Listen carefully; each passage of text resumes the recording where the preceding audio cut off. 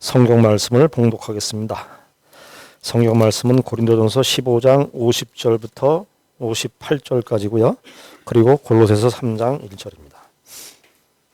봉독을 하겠습니다. 형제들아, 내가 이것을 말하노니 혈과 육은 하나님 나라를 이어받을 수 없고 또한 썩는 것은 썩지 아니하는 것을 유업으로 받지 못하느니라. 보라, 내가 너희에게 비밀을 말하노니 우리가 다 잠잘 것이 아니요 마지막 나팔에 순식간에 호련히 다 변화되리니 나팔 소리가 나매 죽은 자들이 썩지 아니할 것으로 다시 살아나고 우리도 변화되리라. 이 썩을 것이 반드시 썩지 아니할 것을 입겠고 이 죽을 것이 죽지 아니함을 입으리로다. 이 썩을 것이 썩지 아니함을 입고 이 죽을 것이 죽지 아니함을 입을 때에는 사망을 삼키고 이기리라고 기록된 말씀이 이루어지리라. 사망아, 너의 승리가 어디 있느냐? 사망아, 네가 쏘는 것이 어디 있느냐? 사망이 쏘는 것은 죄요 죄의 권능은 율법이라. 우리 주 예수 그리스도로 말미암아 우리 주에게 승리를 주시는 하나님께 감사하노니 그러므로 내 사랑하는 형제들아, 견실하며 흔들리지 말고 항상 주의 일에 더욱 힘쓰는 자들이 되라. 이는 너희 수고가 주 안에서 헛되지 않은 줄 알미라. 아멘. 오늘은 부활절입니다. 여러분들 혹시 부활절, 오늘 부활절인데 2023년도 부활절인데 이 부활절이 몇 번째인 줄 아시겠습니까? 우리가 지금 2023년도 올해 부활절인데 몇 번째 부활절인 것 같습니까? 갑자기 어려운 질문을 합니까? 몇 번째 부활일까요? 부활주일일까요? 2023년도에서 33을 빼면 돼요. 예수님의 생애 33을 빼면 1990번째, 1990번째 부활주일이 오늘 부활주일입니다. 사실은 예수님께서 처음 부활하실 때는 지금과 같이 이렇게 멋있게, 아름답게 모든 사람들이 그렇게 부활을 찬양하지 않았습니다. 여러분, 복음서의 사복음서가 예수님의 부활의 모습을 다 소개하고 있지 않습니까? 거기에 보면은 다 당혹스러웠어요. 의심했고 불안했고 로마의 병정들은 예수님의 부활했다는 사실을 가리기 위해서 많은 노력을 행했습니다. 그런데 그 예수 그리스도께서 그 부활하신 그런 식의 부활이었는데 참 하나님의 놀라우신 은혜와 은총으로 우리 이렇게 부활절에 은혜를 지금도 누리도록 허락하셨습니다. 교회의 대표적인 절기가 성탄절이 있고요. 또 추수감사절이 있고 부활주일이 있습니다. 근데 기독교의 가장 본질을 드러내는, 기독교의 핵심을 드러내는 그 절기가 어떤 절기냐 그러면 부활주일입니다. 성탄절도 물론 예수님께서 이 땅에 내려오신 그 성육신을 우리가 기념하는 절기니까 매우 소중한 절기입니다만은 기독교의 최고의 클라이막스는 예수 그리스도의 부활입니다. 우리들도 왜 예수 그리스도의 부활이 중요하냐 하면 우리들도 부활할 것이기 때문에 그렇습니다. 오늘 우리가 부활절을 맞이해서 이 부활의 두 국면이라는 주제를 가지고 제가 설교를 하려고 하는데 부활의 두 가지 국면이 있습니다. 부활의 두 가지 국면. 첫 번째 국면은 우리가 고린도전서 15장 50절부터 58절까지 나와 있는 이 내용인데 15장 전체라고 할 수 있겠습니다. 첫 번째 국면은 우리가 정말 예수 그리스도와 함께 다시 산다는 겁니다. 그 바울 사도께서 그 고린도전서 15장 전체를 통해서 그 이야기를 하고 있어요. 그래서 우리를 잠자는 자들이라 그래요. 잠자는 자들은 깰 때가 있다는 거거든요. 바울의 그 시각 속에서는 그리스도인들이 죽으면 그리스도인들은 그냥 죽는 것이 아니고 자는 것이라는 거예요. 잔다는 건 깰 때가 있다는 겁니다. 우리가 부활을 사실은 매일 경험한다고 할 수 있겠습니다. 저녁에 잠을 자는 건 죽는 것과 같아요. 근데 아침에 깨면은 뭡니까?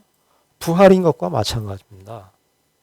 하나님께서 우리에게 이 부활이라고 하는 것들을, 예수님 죽으심과 부활이라고 하는 이 사실을 우리의 삶 속에서 이렇게 그림자처럼 느끼도록 하신 게 뭐냐면 우리의 하루의 삶입니다. 예. 우리의 하루의 삶이 아침에 다 깨서 오셨잖아요. 저녁에는 다 자고요. 사람들이 자기의 힘든 거를 이렇게 과대 포장하는 그런 표현 중에 그게 뭐가 있냐 하면은 나는 한숨도 못 잤다고 그래요. 한숨도 못 자는 사람은 없어요. 다 잡니다. 우린 다 잠을 자요.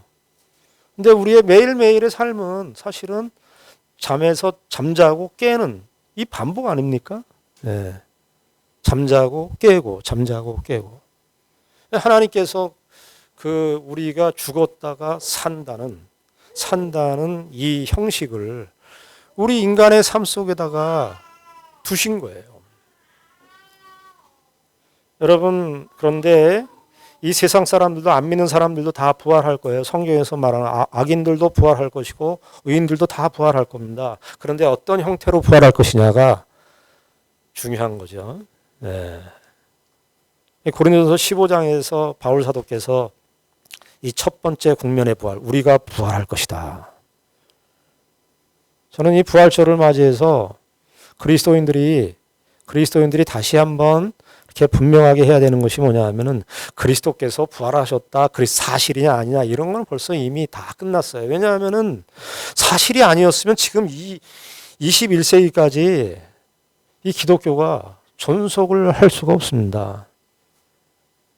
이 사람들이 이 자연과학적 증명을 가지고 역사적 사실을 이렇게 증명을 하려고 그래요. 자연과학적 맥락에서 증명이라고 하는 것은 다 볼 수 있고 관찰 가능하고 수치화하고 계량화할 수 있는 거예요. 그러니까 여기 이렇게 마이크가 있으면 이 마이크를 여러분들 다 보시죠?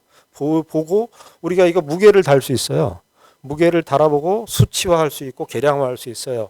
그래서 이런 거를 우리가 그래서 마이크가 있다 그럴 때 이건 자연과학적 증명이에요. 자연과학적으로 증명하는 방식입니다.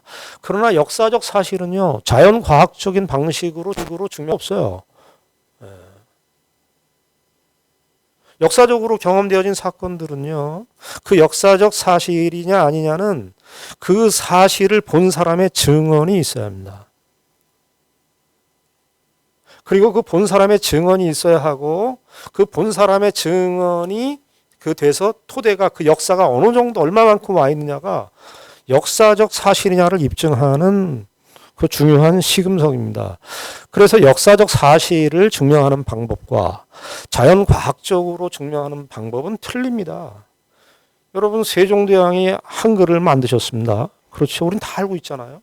그런데 세종대왕이 한글을 안 만들었다면 이조실록이 존재하지 않아요. 그리고 만약에 세종대왕이 한글을 안 만들었더라면 우리가 지금 이 한글로 된 성경을 볼 수도 없어요. 무엇으로 알 수 있습니까? 우리가 지금 현실에 이 한글을 보고 있고 자판도 한글 자판으로 우리가 카톡도 하고 문자 메시지도 보내고 있지 않습니까? 기독교의 부활 역시 그렇습니다. 예수 그리스도께서 2000년 전에 죽으시고 부활하신 그 사실에 대하여 그 사실이 없었다면 성경이 일단 기록이 되지 않았을 겁니다.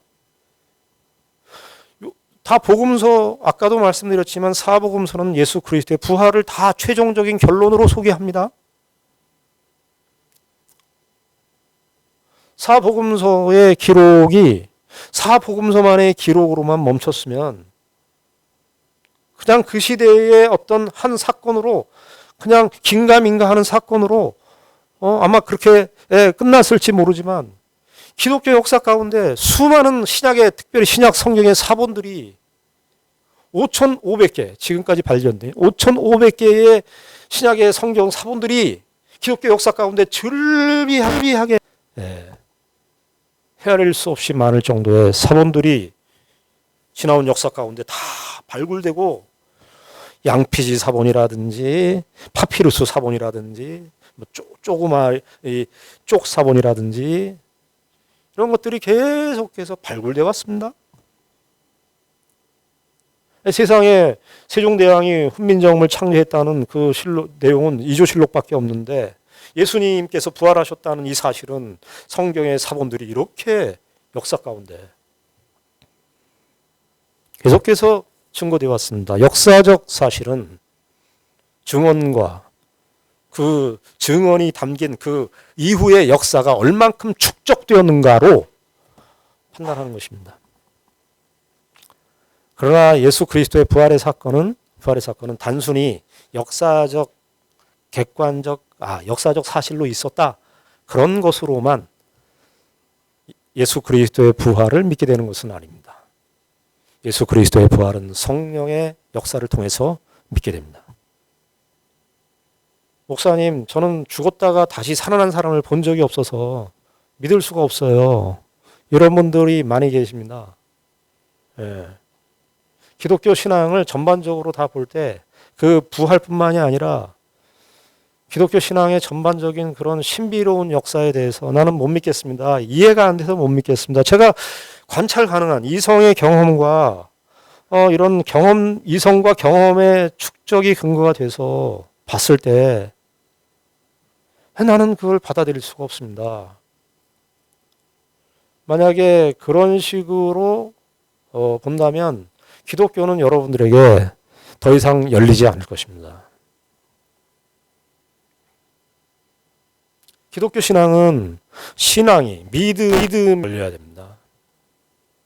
그래서 무엇을 위해서 기도하셔야 되냐면, 그러신 분들은 나는 죽었다가 산 걸 못 봤기 때문에 난 못 믿겠다. 성경에 있는 내용들, 이런 신비한 사실들 난 못 믿겠다. 난 이해가 안 돼서 못 믿겠다. 그러신 분들은 이해를 시켜주십시오. 이렇게 기도할 게 아니고 저에게 믿음을 주십시오. 그래야 돼.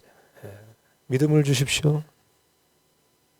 성령 하나님 저에게 이 믿음을 주셔서 이 성령의 사실들을 받아들일 수 있도록 역사하여 주시옵소서.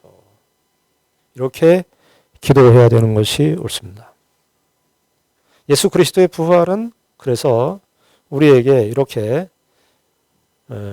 믿어지게 되는 역사일 뿐만 아니라 장차 우리도 예수 그리스도께서 이 땅에 다시 오시는 날 우리도 부활하게 될 것입니다. 이것이 성경의 부활의 첫 번째 국면입니다. 우리도 다 호련히, 여기 본문에 기록되어 있는 것처럼 호련히 다 변화돼서 그리스도와 함께 부활할 것입니다. 이게 부활의 첫 번째 국면이고요. 부활의 두 번째 국면이 있습니다. 우리가 예수 그리스도와 함께 다시 이 땅에 오시면, 예수 그리스도께서 이 땅에 다시 오시면 우리가 부활할 것이다 라고 하는 것이 첫 번째 국면이라면, 두 번째 국면은 뭐냐 하면 실제 생활 속에서 그리스도의 부활을 살아야 되는 겁니다. 그래서 성경에서 고린도전서 같은 데는 그리스도의 부활에, 성도의 부활의 역사적 사실성을 이야기하고 있다면, 1차 국면을 이야기하고 있다면, 다른 서신서를 통해서는 예수 그리스도의 죽으심과 부활이 우리의 삶 속에서 어떻게 나야 되느냐 하는 것을 부활의 두 번째 국면으로 제시를 하고 있습니다. 그것이 골로새서 3장 1절입니다. 제가 골로새서 3장 1절을 읽었습니다마는 이런 표현들이 서신서의 곳곳에 등장합니다. 골로새서 3장 1절을 보시면 3장 1절에 이렇게 되어 있죠. 그러므로 너희가 그리스도와 함께 다시 살리심을 받았으면 위의 것을 찾으라. 거기는 그리스도께서 하나님 우편에 앉아 계시느니라. 여기 보면은 그러므로 너희가 그리스도와 함께 다시 살리심을 받을 것이다. 이렇게 미래사로 했습니까? 미래형으로 되어 있지 않죠? 그리스도와 함께 다시 살리심을 받았으면, 이게 과거사로 되어 있죠. 그러니까 그리스도의 부활을 너희들이 부활의 은혜를 입었으면 이런 뜻입니다. 그러니까 우리가 죽어서 그리스도와 함께 영원한 우리의 정말 신령한 몸으로의 변화가 부활이 있을 것인데, 그 한 국면이 있지만 여기서 서신서를 보면은 두 번째 국면이 중요한데, 그것은 예수 그리스도의 부활이 우리 가운데 들어온 실제로 이야기를 하는 거예요. 그러니까 이 서신서식으로 얘기하면은 그리스도인들은 지금 어떤 삶을 사는 사람들이냐 하면은 그리스도의 부활을 이미 경험한 자로서 살아가는 거예요. 우리는 죽음의 질서, 사망의 질서를 따라서 사는 존재가 아니라 예수 그리스도의 이 부활의 새 생명의 질서 가운데 우리가 지금 살고 있다 하는 것입니다. 부활을 살고 있다. 그렇게 서신서에서는 이 부활의 두 번째 국면을 이야기하고 있습니다. 그러면 우리가 그리스도 다시 살리심을 받았고 그리스도의 부활의 새 생명의 은혜를 받은 사람들은 어떻게 이 부활의 생명을 실제적으로 드러내고 살 수 있는가? 고린도후서 2장에 보면은 바울 사도께서 그 얘기를 했어요. 사람들에게 냄새가 난다는 거예요. 안 믿는 사람들은 사망의 냄새가 난다는 거예요. 사망의 냄새. 믿는 사람들은 생명의 냄새가 난다. 생명의 냄새. 제가 또 독일에 유학 갔다 오신 분 이야기를 들었는데요. 독일에서 한 10년 동안 생활을 하신 분의 이야기를 들었습니다. 독일에 가서 생활하니까 그 독일 사람들이 김치 냄새를 싫어하는 거예요. 정확하게 마늘 냄새를 싫어해요. 마늘 냄새를. 그러니까 이 사람들이 그때 이제 학교 가서 공부하고 그럼 독일 사람들을 만나니까 김치를 담을 때 마늘을 빼고 한다는 거예요. 마늘을 넣고서 김치 냄새가 나니까 마늘을 빼고 김치를 담았다는 거예요. 그러니까 계속해서 그렇게 살다가 이제 마늘 없는 김치를 먹고 살다가 중간중간 이제 한국에 돌아올 때가 됐어요. 한국에 돌아오니까 공항에 딱 들어오니까 마늘 냄새가 찐하더라는 거예요. 마늘 냄새가. 사람은 자기 냄새를 모릅니다. 내 냄새, 내가 몸에서 무슨 냄새가 나는지 내 자신이 몰라요. 주변을 통해서 알게 됩니다. 우리의 삶의 냄새, 나의 삶 속에서 생명의 냄새가 나느냐, 죽음의 냄새가 나느냐. 냄새라고 하는 것은 가치 중립적인 표현이라고 할 수 있겠습니다. 좀 다른 말로 얘기하면 좋은 의미의 표현은 뭡니까? 향기라고 할 수 있겠습니다. 생명의 향기가 나는. 죽음의 냄새는 어떤 뜻이겠습니까? 악취겠죠.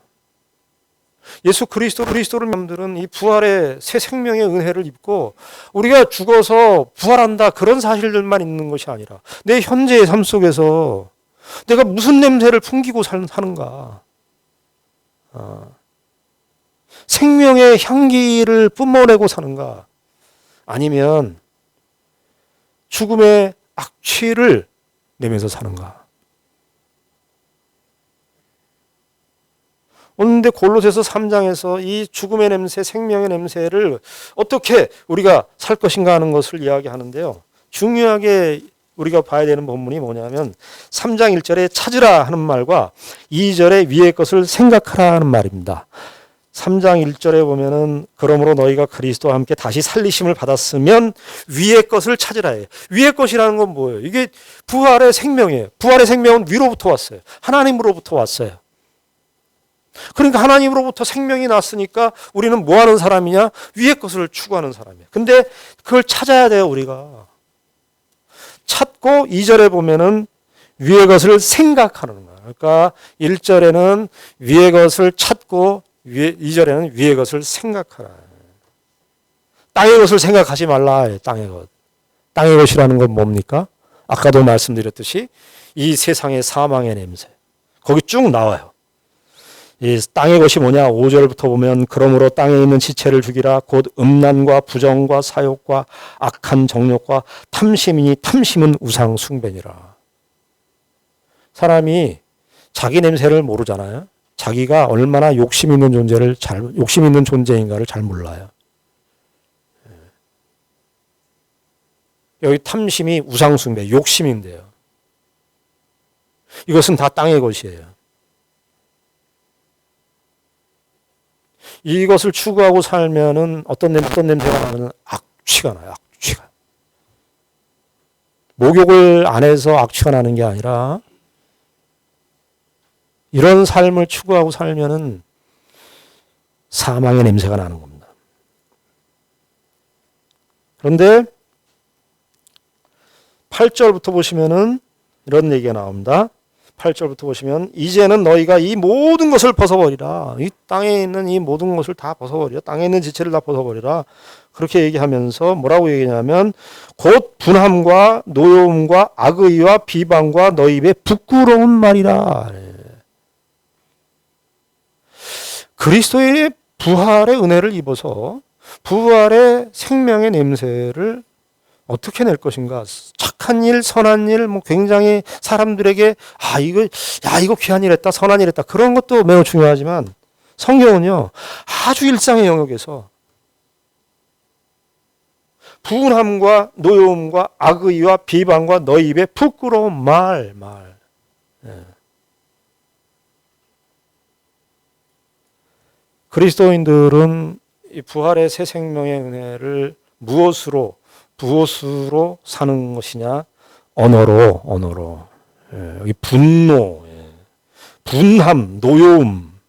분함, 노여움이라는 거는요, 내 마음에 맞지 않는 겁니다. 내 마음에 맞지 않으니까 분한 거예요. 노여움이 생기는 거예요. 이거요, 내가 오를 때 이게 더 많아요. 내가 옳았을 때. 근데 옳은 것도요, 잘 생각해 보셔야 됩니다. 그래서 여기 골로새서 3장 1절과 2절에 특별히 생각하라 이 부분이 굉장히 중요해요. 우리는 옳으면 다라고 생각을 합니다.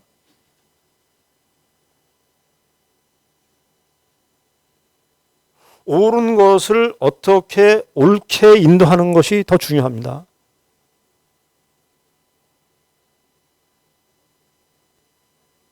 (1415년에) 체코의 얀 후스라고 하는 종교개혁 이전의 종교개혁자가 있었습니다. 체코에 아주 지금도 유명한 종교개혁 지도자인데요. 그분이 종교개혁을 일으키다가 화형에 처하게 되었습니다. 그런데 이분이 1415년에 화형을 청하게 됐는데 그 화형 당하는데 이제 땔감을 떼지 않습니까? 장작으로 땔감을 떼는데 그 땔감을 열심히 운반하는 할아버지 성도가 있었어요. 그런데 그 얀 후스 목사님이 그걸 보면서 그 할아버지가 아주 순수한 얼굴로 순수한 열심과 순수한 열정과 순수한 열심으로 얀 후스를 태우기 위한 화형장의 땔감을 거기다가 열심히 나르는 거예요. 그래서 이 얀 후스가 그렇게 말을 했다는 거예요. 이 거룩한 단순함이요. 거룩한 단순함이요. 단순함, 옳음, 검소함, 소박함 다 그리스도인들의 중요한 덕목입니다. 그러나 그 덕목들은 어떤 맥락에서 쓰이는가가 중요합니다.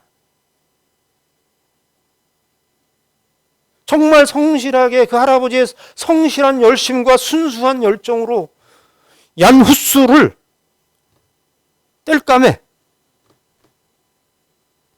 태우게 된 것입니다. 교회에서 신앙생활하고 봉사하실 때 이 생각을 하셔야 됩니다.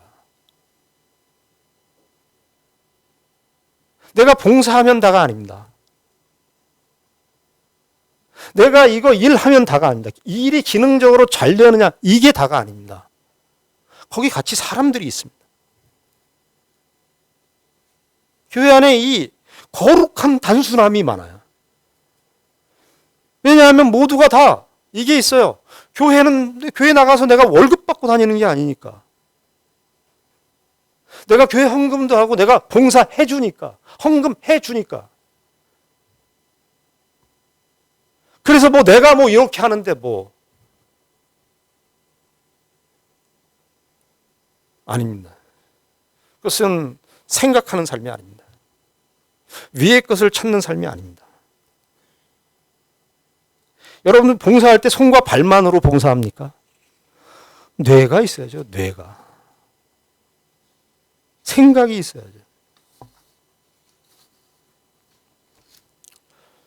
오드리 헵번이라는 유명한 영화 배우가 있습니다. 다 잘 아실 거예요.